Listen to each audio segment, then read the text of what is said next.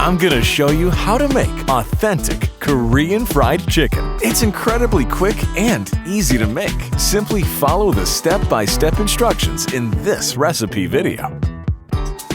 You'll need a whole chicken. We're going to be using the chicken wings, drumsticks, and boneless chicken thighs.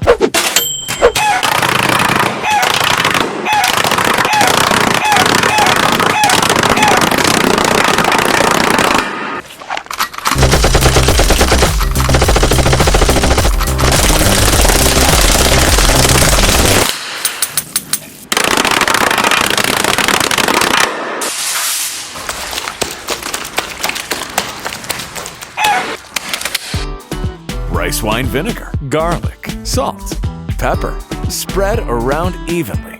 Cover in cornstarch. Carefully lower the chicken into the deep fryer. Fry for 10 minutes until golden brown. 감사합니다. 감사합니다. 감사합니다. 감사합니다. 감사합니다. 감사합니다. 감사합니다. Perfect. Garnish with sesame seeds and spring onion. Serve and enjoy.